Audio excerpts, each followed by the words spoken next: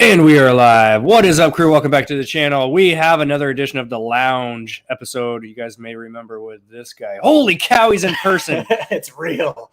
Dillon. I'm not a hologram, not yet. Dillon, Mr. Co-founder of Go Aura, as you guys may or may not know, the industry's best and leading repricer. Not a sponsored post, by the way. I like it. I flew all the way here from Florida just to do this. Just to get him to say that. We're super pumped. Obviously, this is a really late night for some of you East Coasters at 7:30 p.m. Pacific time. We've had a crashing big couple days. Yeah. So we've got Dillon out here, did a bunch of stuff at the warehouse. We're going to dive into all that fun stuff. Talk about efficiencies, things that we're doing in our own business, some stuff that we're working on. Yeah. And we're here to help you guys out for the next about 30 minutes because we're both tired. We haven't got much sleep. And we've got to get up at 2 a.m. I fly back to take him back to the airport. It's so long. It's like an 8-hour flight. That's so crazy. And I have classes because he's going straight to class. I have classes.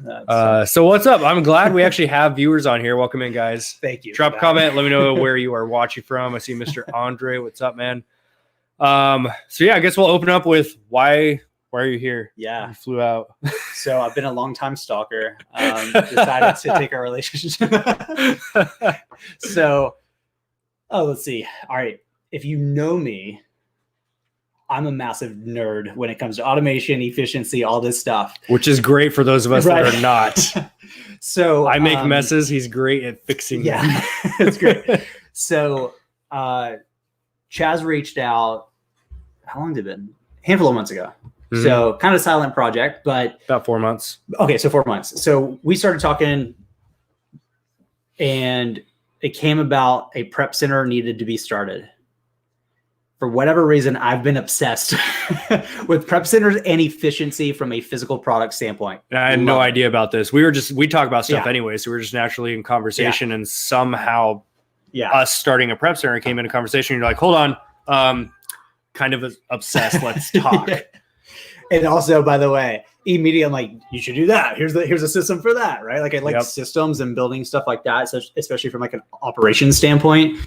And we decided to work together on this. Obviously, I live in Florida, so a little hard to help with in-person stuff. So, I came on board to help with the systems, the operational side of things. How do we make processing a large number of units very simple and easy, reduce bottlenecks so that quality's high, right? All these things.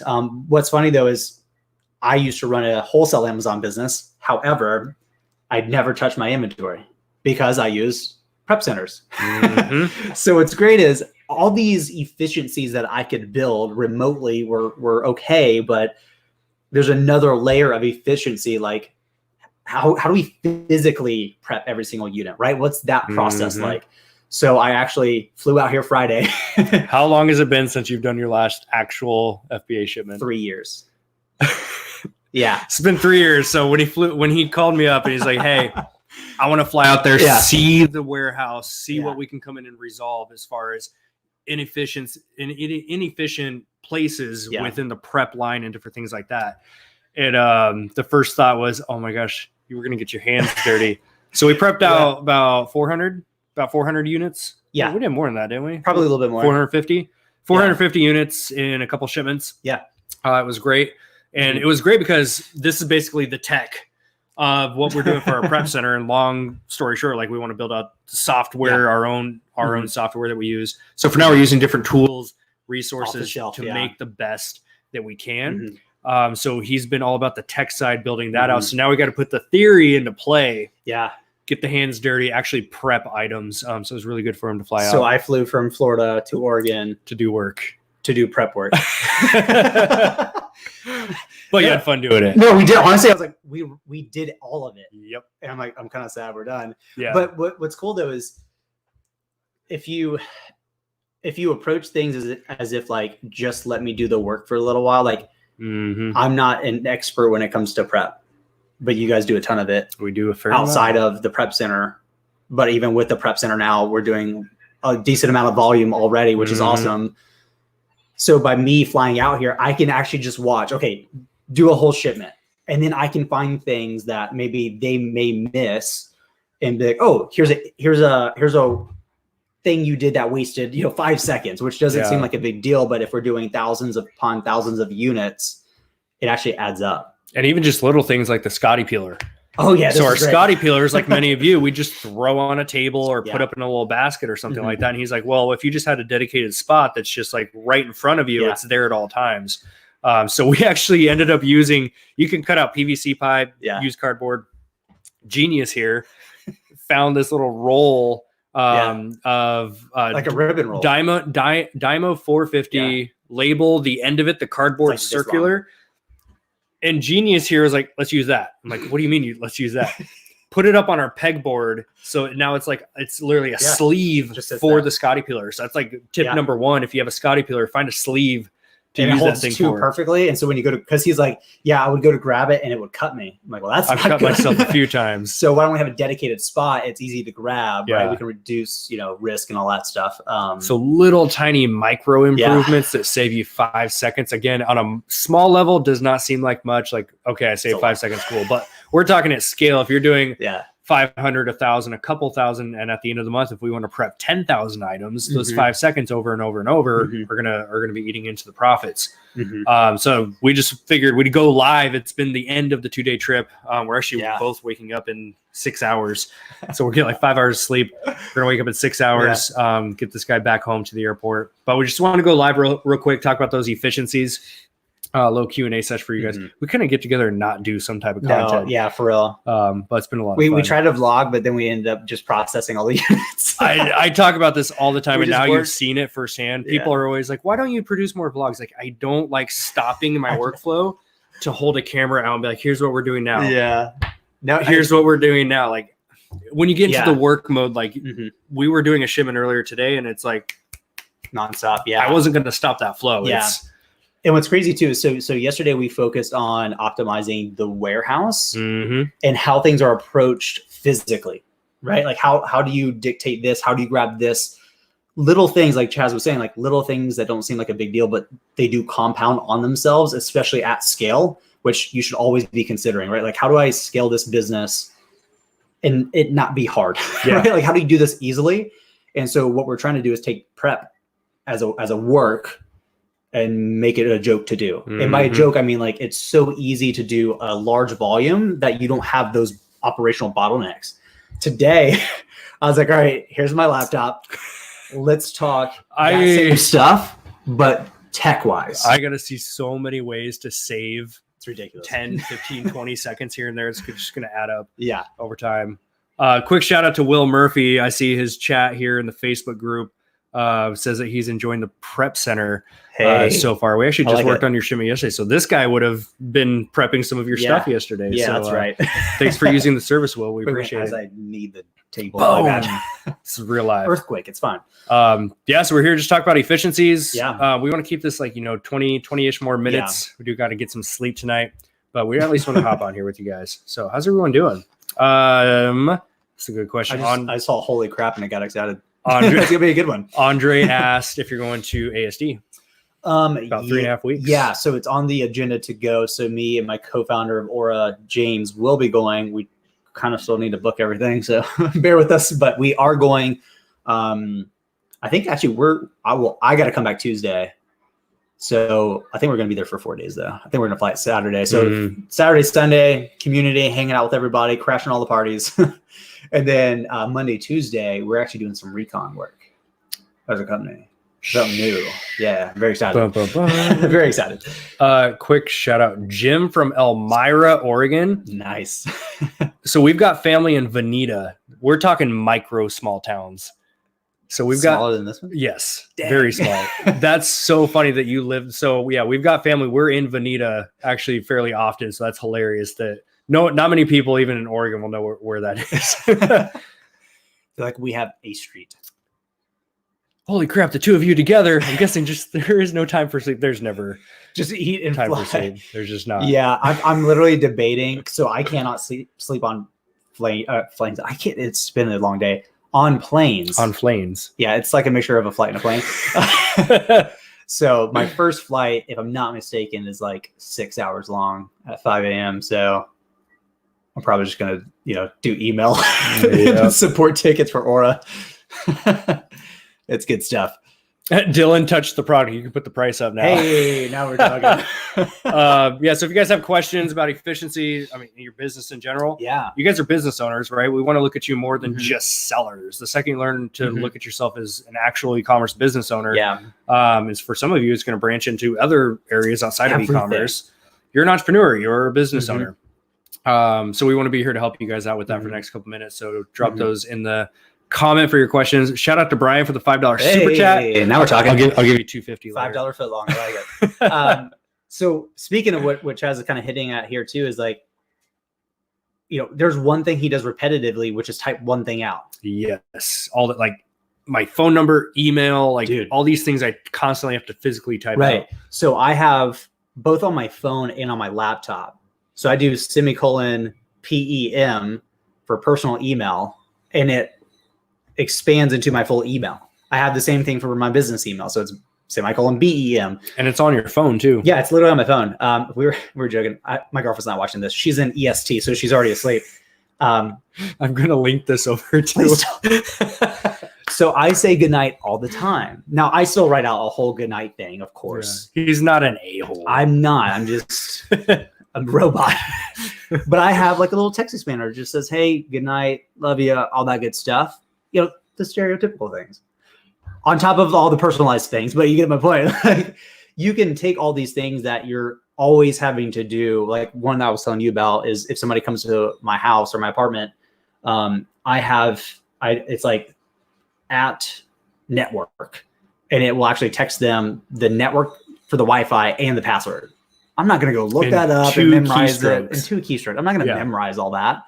All these things. What's great is like the tools I showed you today. So Hazel, these are all like Mac because I'm an Apple fanboy, but there's Windows versions too.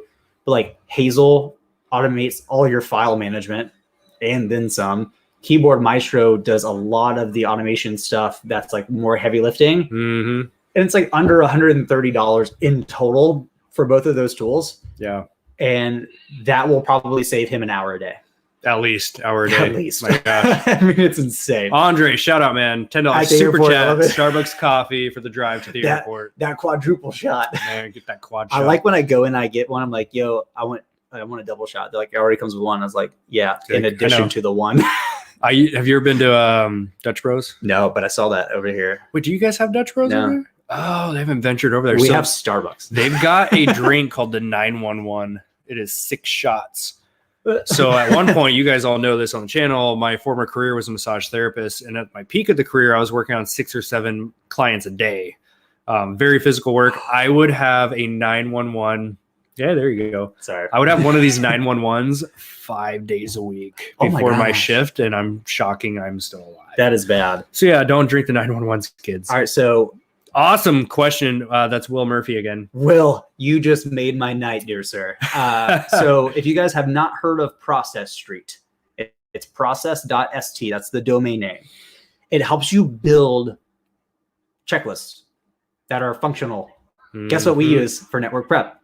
Process Street. Your name was in that checklist on our side yesterday when we were doing that shipment. Guess what we use for Aura? Process Street. Yep. Guys, I literally... this is so weird, but I love it. I have a Process Street checklist that triggers every Sunday because it's called Maintenance Day. That's the Sunday theme. I'm obviously not doing it here in Oregon, but I meal prep. We ate pizza. That was maintenance.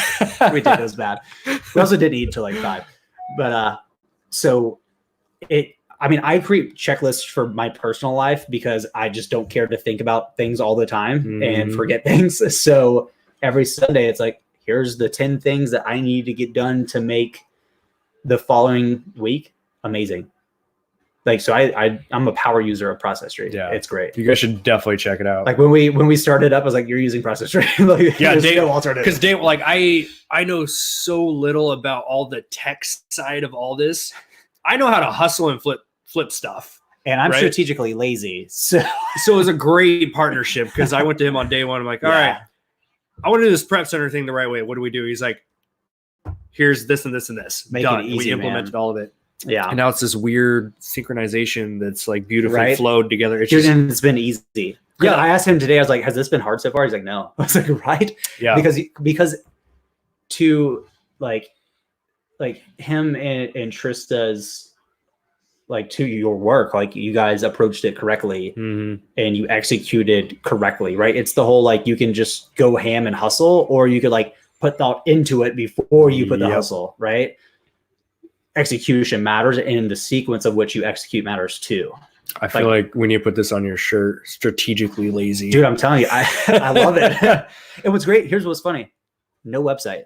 Yep. I'm building the website this week when I get home. We've legit had no website. We've built out a simple Google interest form, which is basically just a questionnaire that has bare bones information on it. It's just been kind of, I've done one post at least once a week up on the Facebook group, Instagram. And word of mouth, which has been great. We haven't done an official launch video here on YouTube, I was telling Dylan. So I'm going to do another. Yeah, it's kind of like the unofficial launch video. Exactly. Welcome. If you guys need a prep center, right. We still don't have a website, but that's okay. Give us about a week and a half. We'll have one. But this is what I talk about with like wholesale stuff, right? Everybody's like, oh, I need a website, blah, blah, blah. I'm like, Same concept. You need clients, you need customers, you need revenue first. And so early on, I'm like, yeah, we don't need all that. Like, let's figure out how we could do this appropriately, optimize everything so people love it, and then have a actual like online presence. Yep. Because at that point, by the time you're seeing a website, so many things have been optimized that we're like, yeah, we're ready. Yeah, let's go. I love that we did it that way too. And I talk about this on the channel with like other terms. Yeah. But it's the same concept of you have to get your hands dirty first and get your process down like to where you cannot physically mess anything up. Yeah. Get that system down where it's smooth and efficient, then start to scale. If we came out of the gate swinging with, we could have built a nice looking website and pushed out Facebook ads and got 100 clients in the next couple months. But we would have done that on a weak foundation. Yeah. And that would have crashed. And there is such thing as scaling too fast. Yeah. You can absolutely do that, because we were talking about like overwhelm and stuff like that, where you do start to scale and you have a large volume coming in. If you can't handle that, you kind of shut down or your operations falter, because that's just how they are, right? They have a critical max. And so it's like, how do we make that a non-bottleneck from day zero? Yep. I like this one. Adam, has Dylan, the master analyzer, spreadsheeted your bathroom scheduling? We were just talking about this earlier. Dude, listen, here's the funny part though. I do have a book called Power of Win, and it does go through that based off your chronotype. Oh, that's great. I do have a checklist for how I clean my bathroom. He has a bucket. I heard about this earlier. It's a bucket. Each Windex, each little cleaner has its exact slot it goes into. I grab one bucket and it's got everything I need, and I can clean that. I can spick and span a bathroom in like under 5 minutes. Oh my gosh, it's so funny. It makes me so happy. That's a side hustle you can start. You can then outsource it. I know, right? It's so crazy. James McConnell asked, "Can I bribe you to hang out in my warehouse?" That's a service. You just fly into people's warehouses, fix their shit, and then move on. I think Trista mentioned that too, because she's like, I was like, yeah, it would be fun just to go into like different businesses and then just be like, cool, let's automate that. Let's optimize this. Like, because all the stuff I'm into is more like frameworks. It doesn't matter the business model. It just works. Because a lot of the stuff we're applying this weekend to a prep center, we do day to day as a software company for Aura. So, there's no overlap, but there is, right? Yeah. And so Trista's like, yeah, you should do that.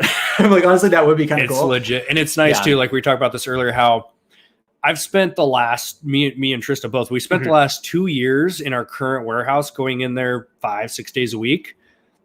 There's so much that's become just white noise to us that we may not even see the basic things that don't make sense. Yeah. So when you get a fresh pair of eyes, not that you can have Dylan fly out there right away, but even if you just go into, and you don't have to have a warehouse or an office space to do this, but wherever your dedicated eBay or Amazon workstation is in your house, garage, wherever, just try to detach yourself from it a little bit and just go in with a fresh set of eyes. Yeah. Go through each area, each corner, each pile of stuff, and just ask, is this the most efficient it could be? You want to talk about like the 2% improvement? Because that was nice for you to come in and kind of teach us, like every single day, look for something you can improve by 2%. Yeah. So I'm obsessed with like lean manufacturing principles, which if you get away from like manufacturing as an industry, I do this in my daily life, like my personal life. And so a lot of the companies that are that follow this lean methodology that was, borrowed from Toyota, the idea when they simplified it was, okay, before we do work, we think about the work and we make the work better. So what's crazy, you have companies that do 10 million plus in annual revenue. And for the first hour of every single day, every single employee either cleans or makes a small 2-second improvement. That's it. Or 2%, 2%, you can kind of go with either or. But the idea is that before you start to do the work, you're always asking, could I make this easier? What's great, you can be completely selfish. And all you have to ask is, how do I make my job easier? And then when you're ready to hire somebody to do that job, it's already been made so easy that they're like, yeah, I would love to do that job. You're going to pay me to do that? This is awesome. And so if you do this every single day, imagine making a 2% improvement for every person who's in your organization, even if it's just you every single day. Imagine where you're going to be at in a year. We mentioned the Scotty peeler thing. That's one thing. Like a tiny little improvement. But what happens tomorrow and then Tuesday and then Wednesday? And we extrapolate this out. And here's what's crazy. And this is what we were talking about. Your guy, Ryan, right? Mm-hmm. So he's doing a lot of that prep work. Well, what happens when we go, Ryan, you have complete control over your job. Make your job easier for you. He's going to be excited and be like, hey, dude, you have 30 minutes every single morning. Just find a way to make your job easier. And he's going to bring stuff to me like, hey, I think we should change this that I may have just not even looked at or thought about. 100%. And now you have your employees making your operations so efficient, so effective. And it's a momentum. It's a snowball effect where you're like, dude, I could leave for a month and come back and my business would be completely different, but like 10 times better. Mm-hmm. It's how you go from, I'm not sure how to do 1,000 units to 100,000 units a month is very feasible and easy. And Absolutely. That's where we want to get to. Yeah. Yeah. James said, I had a 12x average, holy crap, average sales day this past week. Jeez. Didn't touch a single product. What happens when a system is heavily reliant on a process that maxes out at some point? Like it works for 100 SKUs, but not for 1,000. I don't have the software to handle it. Where things like removal, order, tracking, and reimbursements, that process is a mess for me. Yeah. So I've outsourced about half of it, but still rough. So you're talking about like law of diminishing returns, right? Yeah, this is always going to exist, but there's always new problems. And so the way you solve it for 100 SKUs is different than the way you solve it for 1,000 SKUs because it's still a scaling problem, but it's a different type of scaling problem. So the things we're working on this weekend is a 10,000 unit problem. Mm-hmm. When we go to approach a $100,000 or 100,000 unit problem, we're going to approach it very differently because the requirements, the operations themselves have to be different. If you're finding diminishing returns on a system that works for 100 but may not work for 1,000, tear it down and rebuild it. Before I flew out here, it was like Thursday. Mm-hmm. I'm like, hey, we got all the systems set up, all the automation. I'm like, we're rebuilding this from scratch because I just found a way to where we can simplify it, have a higher quality for these guys. Mm-hmm. So we're just going to rebuild the whole thing. We're literally tearing the whole infrastructure down. Yeah. And I'm rebuilding it from scratch based off of me being like, hey, let me watch you process one of these because I thought it worked, but I'm not doing the prep. Because literally the first shipment we did, he's like, I want to watch what you guys normally do. Mm-hmm. And Trista was standing there like, it's weird having someone watch us do this. So Tristan and I did the first shipment pretty solo.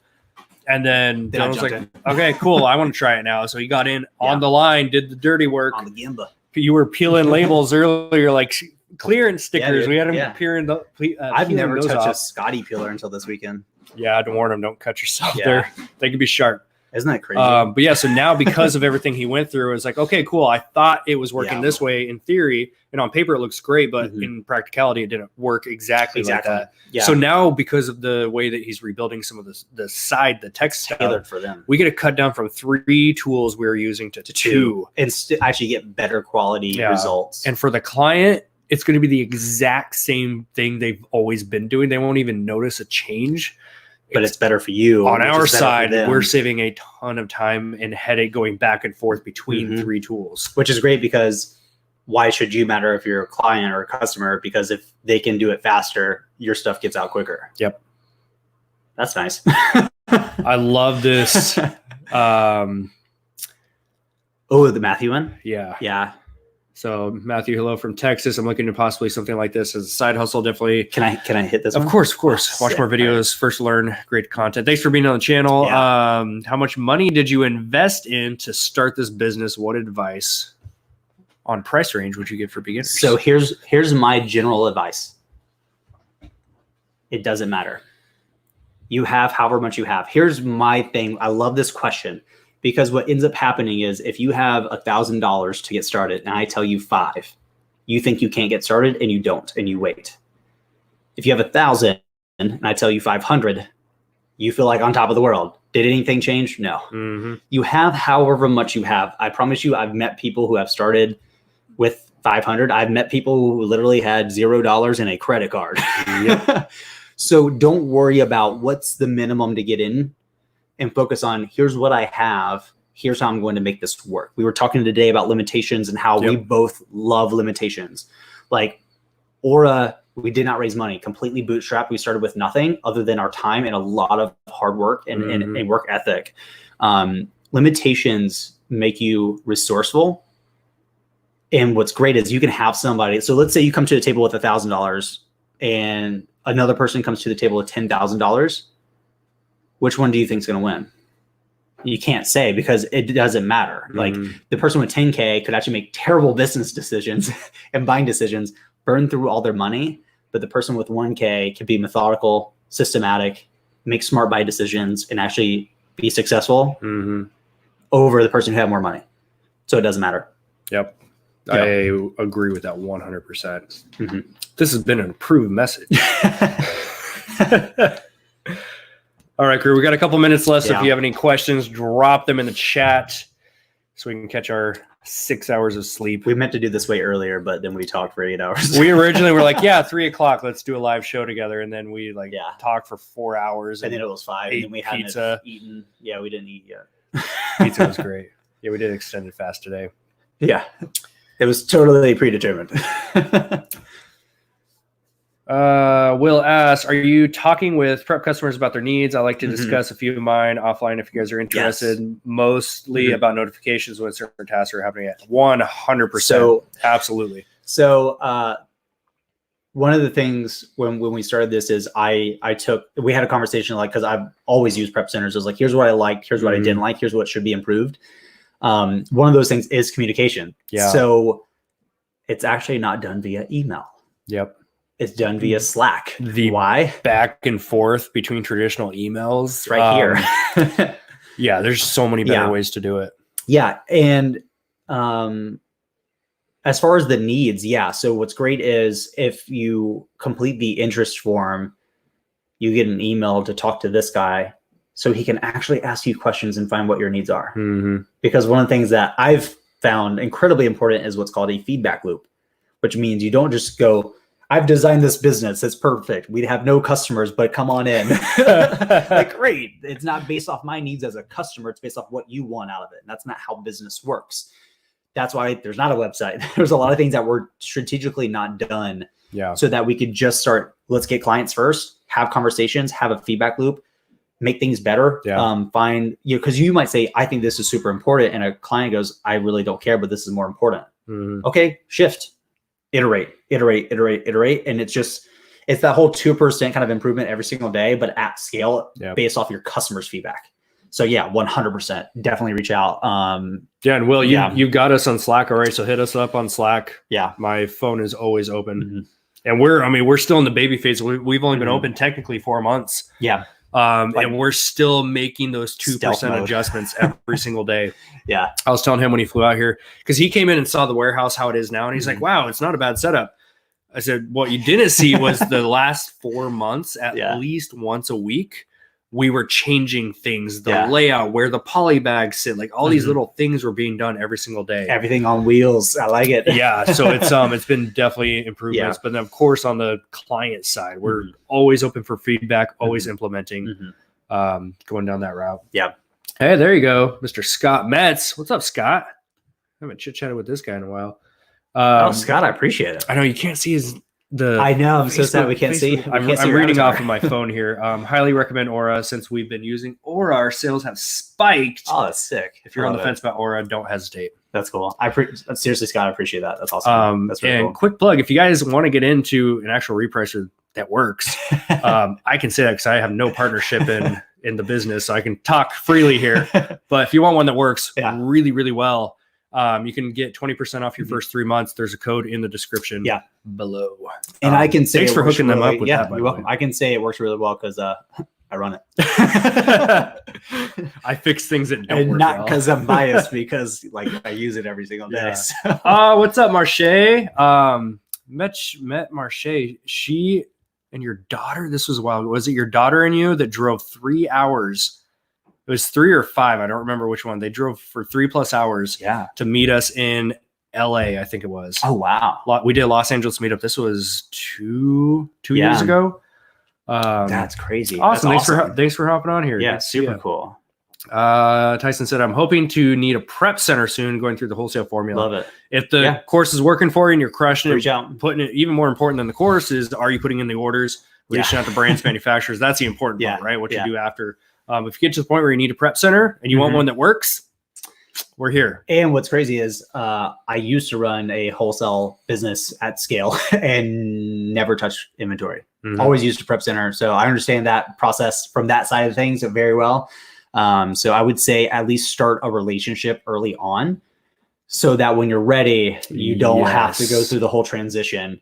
Because I didn't want to do that. I was like, I'm switching from RA to wholesale. I just don't want to touch inventory ever again. I don't like shipments. I didn't like shipments. This prep is actually more fun because it's like way more going on. But yeah, you should use a prep center. Absolutely. So start a relationship at the very minimum.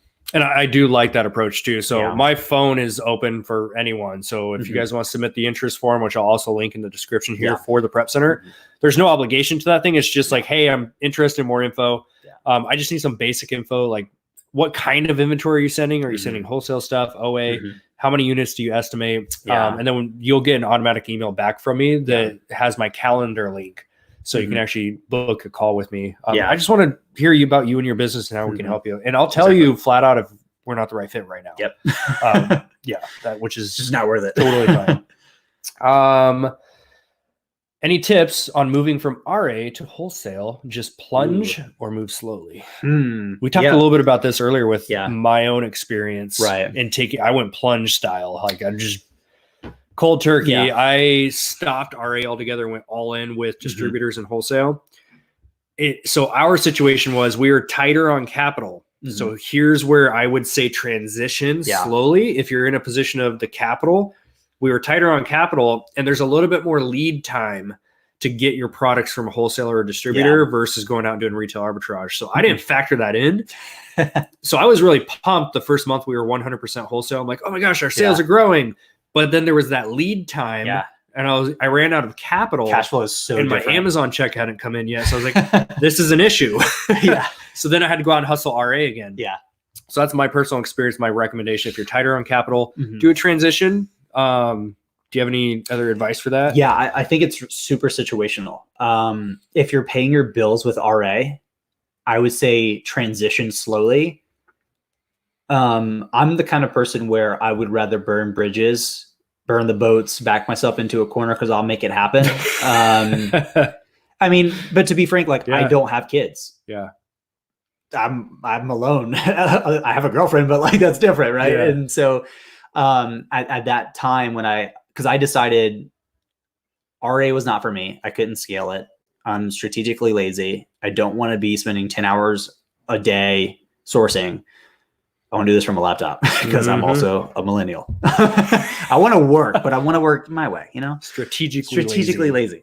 And so I decided, and I set a hard rule from the day I made the decision. I was not allowed to purchase any inventory unless it was wholesale. Make it work. And for 3 to 4 months, I failed and struggled. But month 5, I figured it out and I grew and I scaled and we were fine.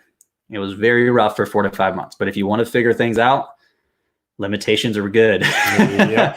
Because otherwise I would have just, went back to RA, which can make sense strategically, right? But that's kind of what we were talking about earlier too, is like RA to me seems really like short term. It is. It's quick cash. Wholesale is more like contractual. It's long term stuff. It's like, it's a lot of upfront work, but once you have the account, at least the way I approach it, you have those SKUs for like 12 months plus. And so it's like, it's a lot of upfront work, but then you get to pay, take the dividends, if you will, and profits for a long period of time. And it's a lot less hustle and work. Don't get me wrong.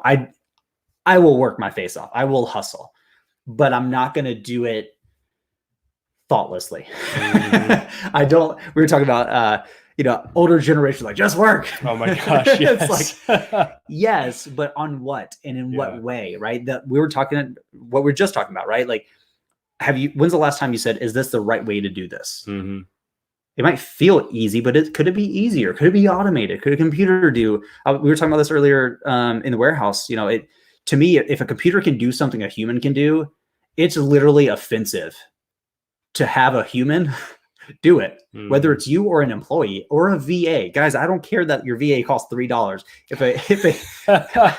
I mean, it's crazy to me. Yeah. Right. I mean, people have VAs for scheduling, like Calendly exists, and it's like $8 a month. Like that plus a template, you're set, man. So it depends on where you're at situationally and what type of person you are, right? If you got like 5 kids in a mortgage, you probably don't want to burn the boats. For me, that made sense. So I think it's very situational.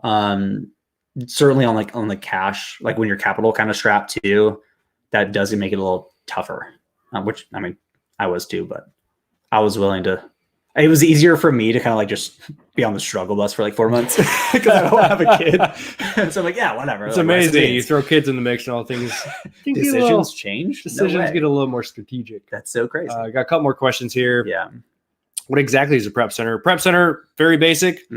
You basically will do your online arbitrage, your wholesale or your private label orders as usual, but you use our commercial warehouse address. Yeah. PS commercial address can get you into wholesale accounts a little bit easier. Yeah. Especially when we live in an Side apartment. note, we have had prep center clients that are like, hey, can I use your address for an application? I'm like, yep, absolutely. You have a distribution center in Oregon that's tax-free. Yep. We are that center.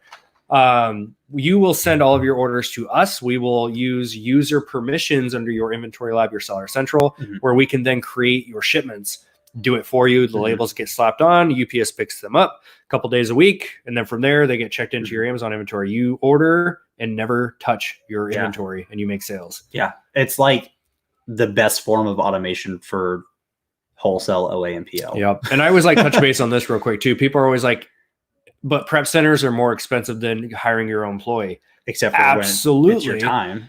Except for when it's your time.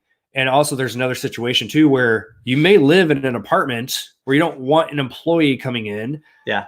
You may have a family with small kids where you don't trust an employee coming into your home. There's a lot of different scenarios. That's where most of our clients are going to be using a prep center. Or you're not home when inventory is being delivered. Now you run the risk of it being stolen. Exactly. Or 2, you have a full-time job. You have 3 hours a day to work on your business. Do you really want to spend 3 hours of your day sourcing or prepping? Probably sourcing. Yep. Last 2 questions here, and then we're going to hop off. I'm sorry. Let's say I start off buying 1 to 2 pair of shoes. How long should I go until I either buy more because they don't sell, or when I drop the price of the ones I bought, working on a budget here? If you're ever working on a budget, tight capital, quick flip all day. Get Lower your cash. Your ROI. Yeah. Be okay with taking like 10, 20% sometimes just to liquidate, move cash, and grow that. I'm controversial. And I'm a very strong proponent of saying, if it's sitting there, be willing to lose a little bit of money to get your capital back to then redeploy that capital into profitable inventory. Guys, it's a opportunity cost problem. Don't be like, oh, well, I'm waiting on 120% ROI. Yeah, but it's not going to move for 6 months. And you have 2 units. Guys, take 10% ROI, get your return back, get your ROI, and then redeploy it into something else. It's great. It makes, trust me, I do this at scale with a lot of our users where they're like, hey, this is just not moving. And we work together on that, like from repricing standpoint. and we move things and it's still profitable. And then they're able to redeploy $5,000 into better inventory in the next, 48 hours than the next like 3 months. Yep. This is great. I forgot to touch base on this. Oregon is sales tax free. Yes. So all of your online arbitrage orders are tax free if you're sending to us. So that's a massive benefit that a lot of our clients currently use. The savings that they get from not paying sales tax on their orders is actually paying for the prep fee that we charge, which is $1.25 all in. Multi-packs are a little bit more. We look at the interest form, all the info, website coming. But it's actually, they're not spending any money on the prep center, really. They're saving based on that. So you will be saving on that. Real quick, I always like touch base on this too. This is such a good topic. This one, yeah. How hard? So let's break the question down. How hard would it be for me not to jump on a high profit listing if I use your prep center? It would be very, very, very easy for me to go through all of our client suppliers list because we have access to it. I can easily go open up wholesale accounts, get their OA orders, suppliers. I know what buy cost to go for. It'd be very easy. But have a business. I'm not an a-hole. That's what have a business. Yeah, I would have business. That's what it comes down to. So we believe that we can sign an NDA form, non-disclosure agreement. We can do a non-compete agreement. We can do all that. But here's the thing, that doesn't prevent anyone from stealing suppliers. And that's that's a legit fear people have, and that's fine. And it's appropriate too. It is very appropriate because there's some shady stuff that can go on. Right? There's horror stories out there. Here's the way I view this. If you don't trust the people behind the business, don't do business with them. Amen. Period. If there's a slight hesitation, just don't. We kind of ran into this problem too. So when we launched VinDrive.com, which is a CRM tool for wholesale sellers, we're wholesale sellers. And they're like, did you guys do all this basically just to steal all of our wholesale sources? Building your database. Yeah. And I'm like, okay, let's think about this. We built a software, which takes way more time to do all of that. No, honestly, especially for sourcing, we know how to, we teach how to source. in my Facebook group, we have 10,000 plus people just for wholesale. I've been teaching this for free. I know what I'm doing. It would actually be easier for me to just go source my own suppliers than to go through that list because I don't know. Are you good at sourcing? Are they actually good? I don't know. So I think it's an appropriate question and concern, but if you don't trust the people behind it, you should never use it. Yeah. And at the end of the day, that's the only way you can approach that. Yeah. I know when we launched Aura, we were like, hey, full transparency, here's who we are. We put me and James out front because I wanted people to know the people behind the tool and that you can trust me. And because I'm the company or we are the company, you can trust the company. That's the way I view that. And keep in mind, you're not going to grow a successful prep company at scale doing millions of dollars by doing that. It's you're not going to do it, right? Yeah. Because it's kind of crazy because you mess up one time, the whole thing falls because it's built on trust. Yep. So you never do that. Are there prep centers who do that? Yep. Sadly. Unfortunately, and you know how long they last? Not very long because everybody finds out. Yep. Absolutely. So pretty nuts. Yeah. That's pretty much our stance on that. It's all built on trust, guys. Got to be 100%. And I would think after 4.5 years of everything we've done here on the channel, there's You're not new. Some kind of credibility we've built in this community. You're not a guru? Weird. I don't even have a course for sale yet. What am I doing? See, I guess last one. So Swift Seller, what's Aura? So Aura, AURA, so goaura.com. It's a repricing tool. I'm one of the co-founders of that. I still run day-to-day operations. I handle all of our support tickets. So you'll see this face handling live chat support. We started about a little over a year ago. And we've just been growing that company like crazy. That's my main day-to-day focus. Is Aura and growing that company. So, more so on the software side for me. And that's what we do. Awesome. Fancy. I think we're going to go pass out. Well, thanks for tuning in, crew. We'll definitely do some more live shows. Yeah. Hopefully together. I need to get out to Florida. Dude, do it. So that'd be fun. It's less cold. it's less cold. You know, he flew in. I'm like, yeah, you should bring a hoodie. It's a little bit of on the cold side. Yeah. So thanks for Dillon for flying man. out. Yeah. And we gotta get some sleep. Yeah. Go catch a plane pretty soon. I know. I'm geeking out. But thanks for you guys showing up for a late night stream. If you're watching the recording, all the links and details and interest form, whatever questions you guys have are down there. My email is down there if you guys have any questions. If you submit the interest form, you'll get an email back from me. You can either email me back directly from that email or set up a call on my actual phone. Like it's my direct cell phone. We can chit chat. I just want to hear about your business. If we're a right fit for the most part, and go from there. So thanks for tuning in, crew. Peace out. Later, guys. See you next time.